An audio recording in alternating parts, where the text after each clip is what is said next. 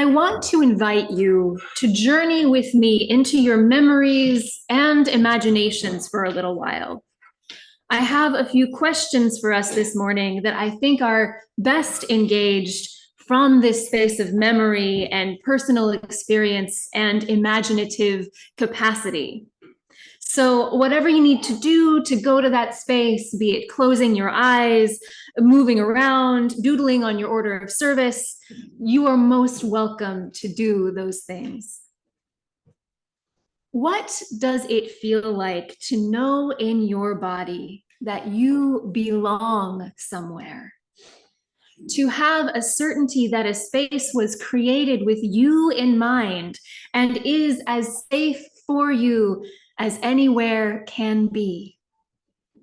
What does it feel like when you know you are in a space surrounded by people who, on some level, understand you and will support you? I'm curious, what is your first memory of experiencing this kind of belonging? Did it happen early for you or later in life? Has it come and gone depending on where you are and what you are doing? Now, one more question. When is the first time you remember becoming aware of your body as a site and reservoir of truth and meaning, a mediating force between you and the world around you? Disabled author S.E. Smith writes that, quote, "It is very rare as a disabled person that I have an intense sense of belonging, of being not just tolerated or included in a space, but actively owning it. Many members of marginalized groups have this shared experiential touchstone, this sense of sudden, unexpected, and vivid belonging, and an ardent desire to be able to pass that experience along." Smith notes that many marginalized people can remember the exact moment when we felt this sense of belonging for the first time, and says that for disabled people, this kind of belonging often winds up happening first in hospitals, group therapy sessions, and other clinical settings by design, because we're kept isolated from one another, as though more than two disabled people in the same room will start a riot or make everyone feel awkward. Did you know that prior to 1990, disabled people in the United States did not have access to many basic civil rights under federal law?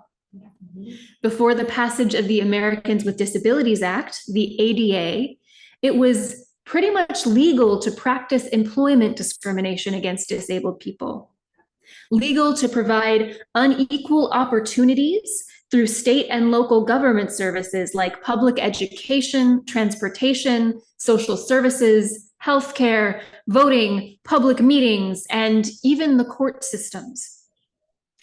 Public businesses and private transportation companies did not have to provide equal access to goods and services for disabled people. So the passage of the ADA in 1990, July of 1990, ushered in a host of changes and opportunities for disabled people in our society. It affected everything from the way we are able to enter and exit buildings, to our ability to vote and be employed, to our ability to legally get around on our own. This is in part why we celebrate Disability Pride Month each July, to mark the anniversary of the ADA and to claim that elusive feeling of belonging and joy in ourselves, to remind other people that we are here. But the ADA didn't fix everything for disabled people. Because we often need a lot of medical care, we are at the forefront of struggles for healthcare reform. Because disabled people are often poor, We're some of the most affected by the high costs of healthcare, insurance, and living in this country. We are likewise at the cutting edge of racial and environmental justice movements. Disabled people of color are some of the most likely folks in this country to become disabled due to environmental factors and to be affected by climate crisis. Disabled people are extremely susceptible to rising temperatures, flooding, and power outages. Here in California, disabled people have died due to PG&E blackouts. Our bodies as disabled people have long been constructed as odd or other, something we have in common with people of color, with queer and transgender people, with poor people. Each of these groups have faced stereotypes that position them as superhuman, non-human, less than human, weird, strange, unusual, sometimes all at once. Whenever one person belongs to more than one of these groups, more stereotypes get layered in and compound this effect. Eli Clare, a queer transgender disabled poet, author, and activist, writes that gender reaches into disability.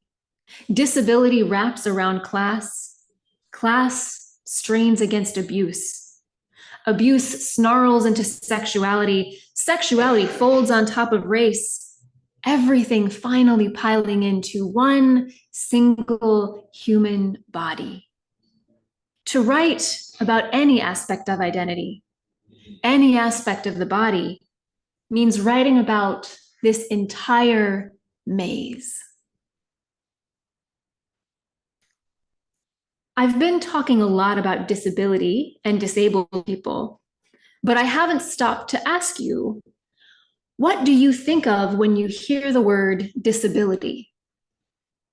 For some of us, it may bring up associations with folks who are blind, who are deaf or hard of hearing, who use wheelchairs or other mobility aids, people with what are often called visible disabilities. Each of the communities I've mentioned make up very important subsets of a larger whole of disabled people. And it's also not always possible to tell if someone is disabled simply by how they seem to appear. Disabilities can also be invisible, like chronic pain and fatigue, something I have, autoimmune disorders, something I also have, chronic or terminal conditions, and mental illnesses, something I also have. These are all disabilities that are not always obvious to the external observer. So if I were to ask you to define the word disability right now, how would you describe what it means? This isn't a trick question. Disability can be difficult to define, and different disabled people have really varying ideas about what it means to be disabled. I tend to conceptualize disability as any state of the body or mind that renders us, quote, abnormal by the standards of dominant culture and makes us unable to meet demands of productivity or activity laid out by our wider culture, by systems of patriarchy and white supremacy and capitalism. I like this definition because for me, it's expansive. It acknowledges the complex realities of both the body and our society. It can illustrate how disability has intersected and overlapped with many other facets of identity and the body, like race, class, sexuality, and gender. It's easy to think that disability is something that is happening to someone else, someone over there, that it will never come for us. It can even be easy to think that you don't know many disabled people or any disabled people. But we are here, all around you, whether our disabilities are visible or not.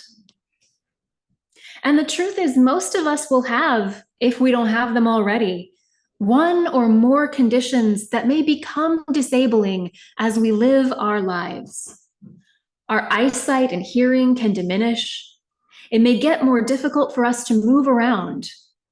We may live with intense physical, emotional, or mental pain that prevents us from doing all that we wish we could. All of these are forms of disability. And the truth is, they can happen to us at any time.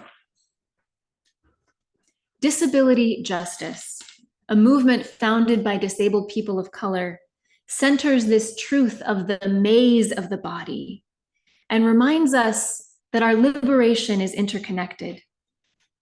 It asks, what would it look like if we all had access to the physical and emotional care we need?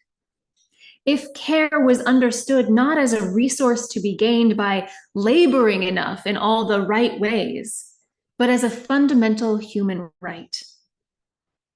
Disability justice asks us what it would look like to create a world where we can recognize our bodies as sites of truth and generators of meaning, where we can all experience safety and belonging in the spaces we inhabit. One way to do this is by cultivating an ethic of care. The author Leah Lakshmi Piepzna Samarasinghe, in her book Care Work, Dreaming Disability Justice, introduces this concept of care through questions. She asks, what does it mean to shift our ideas of access and care, whether disability, childcare, economic access, or more, from an individual chore to a collective responsibility that's maybe joyful? How do we learn to do this love work of care that lifts us up instead of abandons us, that grapples with the deep ways in which we are complicated? This is from her essay, Care Webs, where she talks about systems that have sprung out of necessity for many disabled folks. These folks have created new paradigms of what it means to offer care to one another. And the author conceptualizes this as a web that holds many needs and many truths. There is no one approach to the shapes a care web can take. They are time, place, and people and context dependent. To begin weaving a care web, a community may ask, what is the goal of this? Who needs care and what kind of care do they need? Care webs don't have to be limited to one type of care. A congregation might have teams to offer spiritual care and care that meets physical needs. Social justice work and activism can be a vibrant part of a care web. And they can also take smaller forms. They can be small, agile, and effective, casual and loving. As small as sending messages to each other asking about our day, or having a congregational team that reaches out to members by phone or text or email to check in. A strand of a care web could take the shape of showing up to a city council meeting to advocate for community needs, or staying after services to help clean the worship space. Care webs also draw on the creativity that flourishes in many communities that are used to having to think outside the box. In a spiritual community, this could take many forms. Starting up a new spiritual practices group in response to a desire to spend more time together. Beginning a new arts initiative or a game night, asking members of the community outside the congregation what would draw them to a spiritual space, and being in collective curiosity around the ways the congregation might meet those needs. Care webs acknowledge that this work is, by necessity, messy and imperfect. Piepzna Samarasinghe writes that doing care work and creating care webs will mean caring for people who will anger, irritate, and trigger us. It means having to figure out what our limits are, what we have the capacity to do, and where we draw our boundaries. It means figuring out the line between support and saving, between interdependence and codependence. I'm still figuring it out, she writes. I take this to mean that a care web understands that sometimes the people on this journey with us will be annoying or bothersome or cantankerous. That sometimes creating a care web will mean reaching out to people beyond the usual scope of our community. That we need to take risks by inviting new people in if we're going to grow beyond what we are now. Finally, a thoughtful approach to care webs acknowledges that the work will be long-term and weaving a care web can mean taking positions that may be unpopular or uncomfortable to take based on our values as you use. And it can mean advocating for things that bring us joy and wonder. This approach encourages participants to be curious about what feels generative, to be open to flexibility and a change of structure when necessary. We don't need to go into creating a care web with the expectation that it will change the whole world.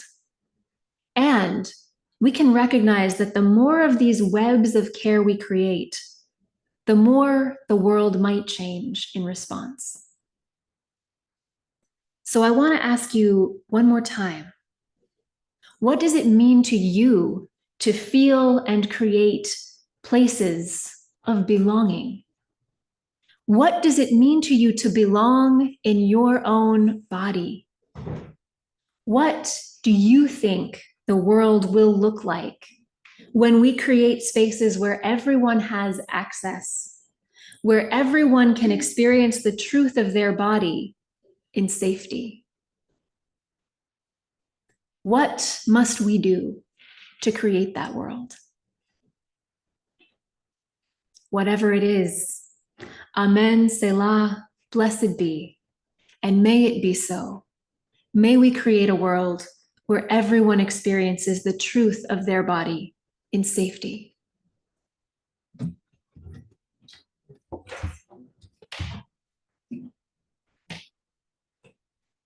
The interlude is sung today, so please turn to your gray hymnal, hymn 53, 1053. Okay. Teal hymnal 1053.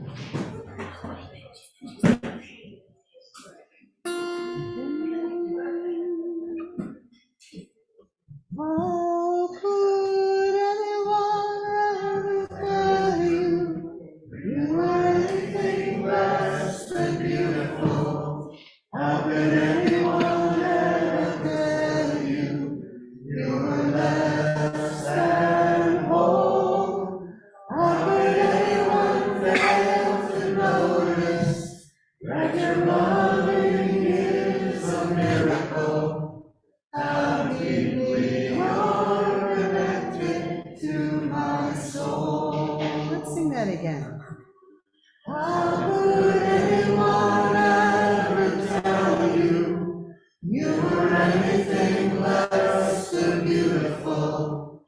How could anyone ever tell you you were less than whole? How could anyone fail to notice that your loving is a miracle? How deeply you're connected to my soul. Look down, look up, and sing it to someone else.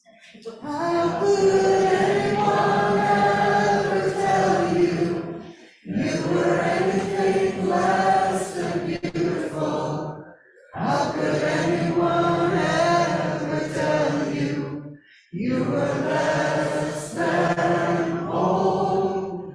How could anyone fail to notice that your loving is a miracle? How deeply